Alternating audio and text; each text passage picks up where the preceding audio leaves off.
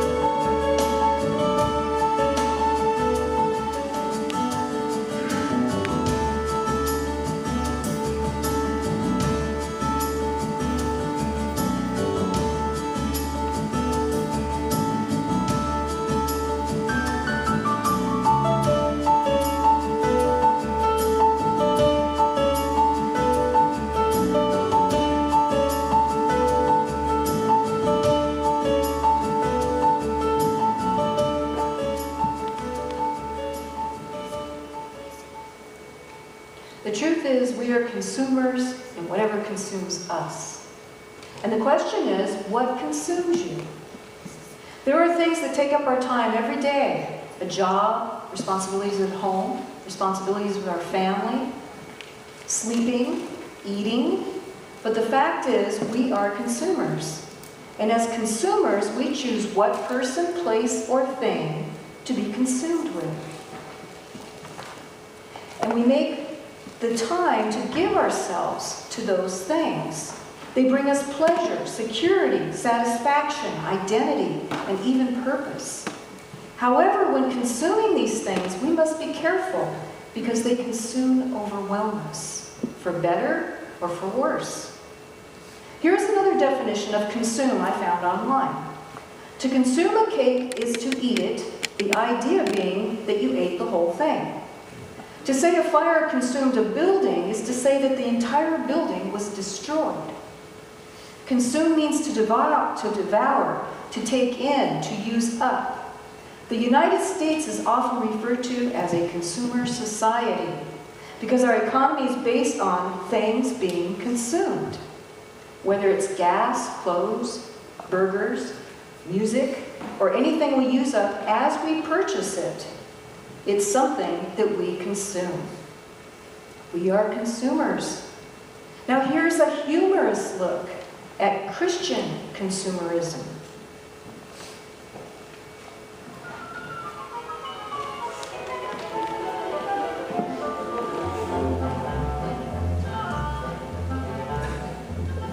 Has your worship become boring and uninspired? Doesn't feel as fresh and exciting as it used to, does it? And you know it's good for you, but you wish it weren't so bland, right? Well, cheer up, kiddo. I've got great news. Holy Bunches of Worship cereal is the answer to all your worship woes. Holy Bunches of Worship is quick, guaranteed to make you feel warm and tingly, and there's no strings attached. You worship when you want, at your convenience. It's worship made easy. Finally, a way to worship that fills you up, but lets you get on with your day. One serving of Holy Bunches of Worship cereal has been scientifically proven to fill your worship quota for the entire day, and in some cases an entire week. Non-stop worship might have been okay back in biblical days, but that's because they didn't have real jobs. The 21st century woman has a lot on her plate, and she needs to be able to squeeze worship in when and where she can. Everyone loves the deliciously divine taste of holy bunches of worship cereal. Even cranky old Moses couldn't resist these bunches. Just grab a box and start your day the warm and tingly way.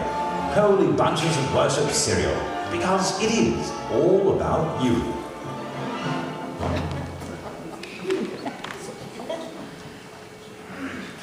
Now, hopefully, our view of worship is not like that. It's not all about us. It's all about being a follower of Christ. Now, here's the definition of a follower. A person who follows another in regard to his or her ideas or belief, disciple or adherent. A person who imitates, copies, or takes as a model or ideal. And here are the synonyms for a follower.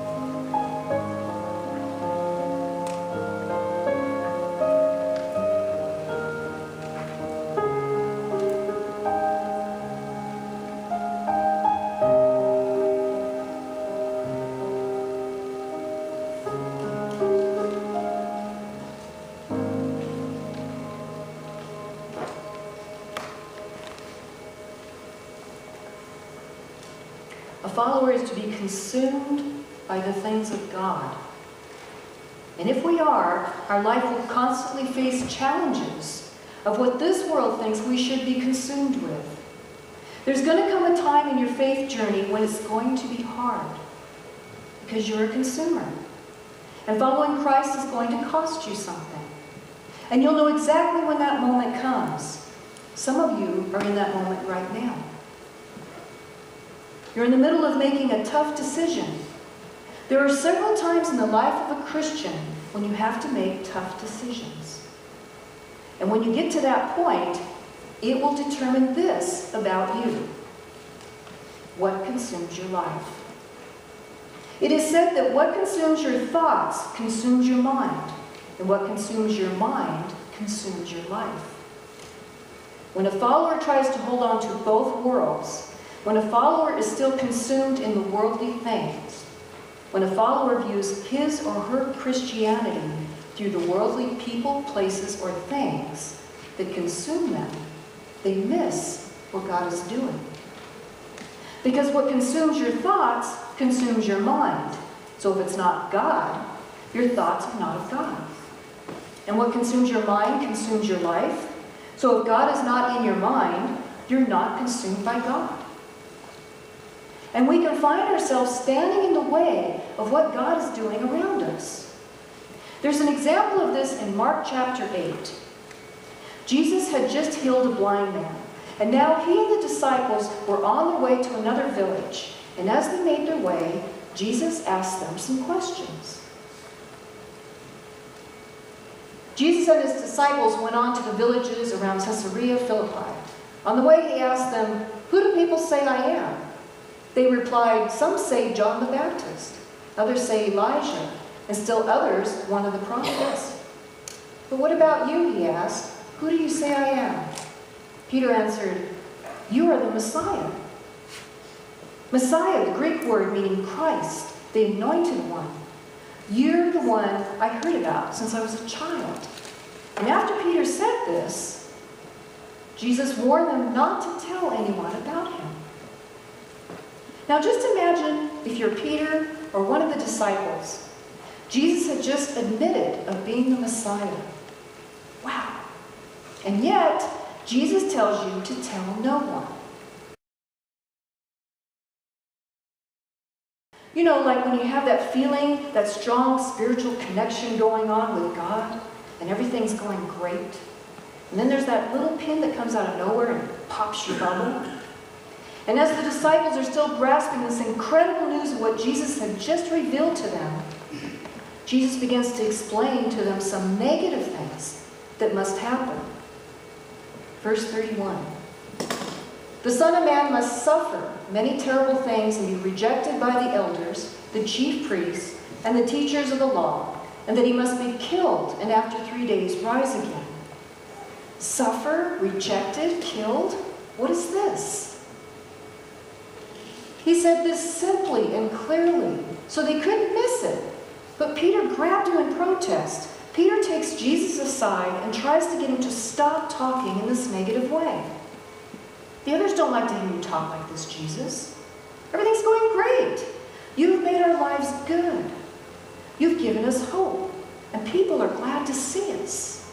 Nobody even knew our names before you came along. And when they can't come to you, they come to us. They don't want to hear you talking about being killed. Verse 33. But when Jesus turned and looked at his followers, he rebuked Peter. Get away from me, Satan. You do not have the mind of the concerns of God, but merely human concerns. Peter, you are consumed by the wrong things. You're looking at this whole thing how you want it to be for you. You're not in this for God's agenda. It's become your agenda. You must be ready for what's ahead. You need to make a choice. It's time for you to move from being a consumer into a follower. And as Jesus looks at Peter and the others' shocked faces, he speaks out to the people. Then he called to the crowd to him along with his disciples and said, whoever wants to be my disciple must deny themselves and take up their cross and follow me. At some point, you have to say no to you and yes to me.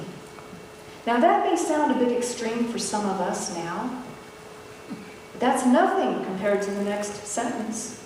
The next sentence was very extreme for the disciples to hear. Take up your cross and follow me. This is a photo of the Hill of Crosses in Lithuania. We see images of crosses all over every day, don't we? As Christians, the cross reminds us of what Jesus did for us. But if you were a Jew back then, the image of the cross meant something completely different to you. The cross stood as a warning to the Jews. You experienced the pain and the death of the cross every day. You saw friends and family die on the cross. So when Jesus says, take up your cross and follow me, they are stunned. Ever had a moment when you were stunned? That moment that makes everything just halt? All your plans, all your dreams, all your joys come to a sudden stop. But in that moment, Jesus had them right where he wanted them. This is what Jesus was saying. Whoever wants to save their life. Who wants to save your life here? Everybody. I do. You do. No matter what religion they are, it doesn't matter what race they are, it doesn't matter what political party they believe in, everyone wants to save their life. Jesus adds this, whoever wants to save their life will lose it. Well, he's right. Everyone will lose their life eventually. We all die. But then he says this, but whoever loses their life for me and the gospel will save it. Loses their life, meaning says no to themselves, experiences a death because of me, loses a job because of me, their reputation is ruined because of me, loses a relationship because of me. Whoever loses their life in this life will save their life for eternity. Jesus is talking about something more than just our life here on earth. That life will end. He's talking about our souls, which will continue. What good is it for you to gain the whole world, yet forfeit your soul? Do you really want to jeopardize losing your soul and not enter into the next whatever it is, just so you can have what you want now? How much time is that? What if we were to take this thought and put it out front and center before us in everything? Maybe having a not-so-perfect life right now to save my soul for whatever's ahead might be the thing to do. In our relationships, in our dating, marriage, the way we manage our money, in how we treat people. It might change everything we do. We might rethink our approach to life. Jesus goes on. Or what can or would you give in exchange for your soul? We all agree someday our life will end. So what would you be willing to trade in this life to keep your soul in the next? What would you trade? And in that moment, we discover something about ourselves. My soul is greater than my things. Your soul is of greater value than all your things. Your soul is of greater value than all your experiences. Your soul is of greater value than all your relationships. Because at the end of this life, you will leave it all anyway. Which means you value your soul more than all the things you spend your life protecting, ensuring, exercising for, looking beautiful for, waiting for, planning for. You value your soul above all. And Jesus knows this. The truth is, we are so afraid to give up any of our stuff in order to follow him now. Stuff meaning the things we value, the things we hold on to, the things we treasure, the things that make us feel successful and happy and in control, the things that help us get through the things we can't get through, the things that give us identity and stature. These things control us because we have allowed them to consume us. But when the time comes, when it's a matter of life and death, and we are faced with the future of our soul, most of us would give it all up in a blink of an eye. And then Jesus says this, "If any of you are ashamed of me and my words in this adulterous and sinful generation, the Son of Man will be ashamed of you when he comes in his Father's glory with the holy angels. Because one day there will be a day of reckoning. Because one day you will give an account of your life. And what will you have gained?" Some of us don't think this applies to us. We think we're doing a pretty good job in this Christian thing. What's all this about costing me something?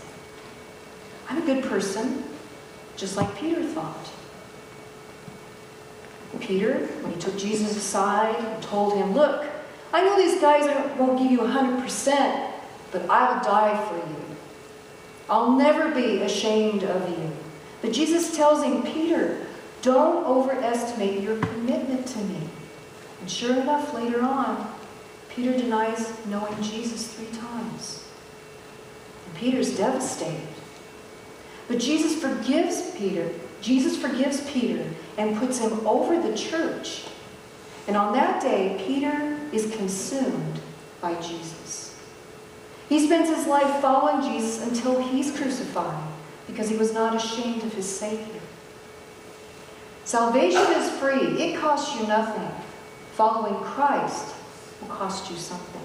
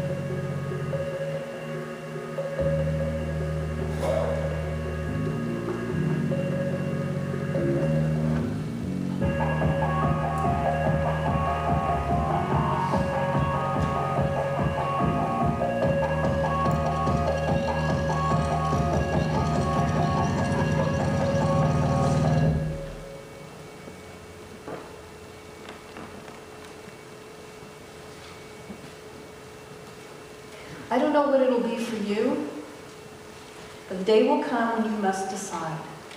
And there's a good chance that no one around you will understand. No one else is going to get it. But if you're going to be a follower, this is the step you have to take. And you will see no benefit for you at that moment. It's not one of those, if I do this, I will be blessed kind of things. This is something different. This will be one of the hardest things you did to follow Jesus.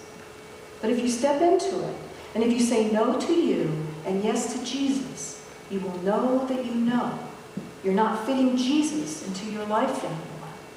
Instead, Jesus is your life. For some of you, Jesus was your life years ago. You were consumed by God. The time has passed, and you've allowed the world to consume you again. You're looking at your life how you want it to be for you. And unknowingly, you've drifted away from God's agenda and have turned it into your agenda once again. And God's way just doesn't seem right to you right now. You must be ready to follow what's going to happen ahead. Jesus tells us whenever things are taken from you, don't be ashamed of me. Whenever you are slandered, falsely accused, or rejected because of me, don't be ashamed of me. Whenever you are hard-pressed, asked to do more for my sake, don't be afraid to follow me. Jesus is calling you. Come back. Stop being a consumer and be a follower again. Allow my grace and love to consume you. Come home. Let's pray.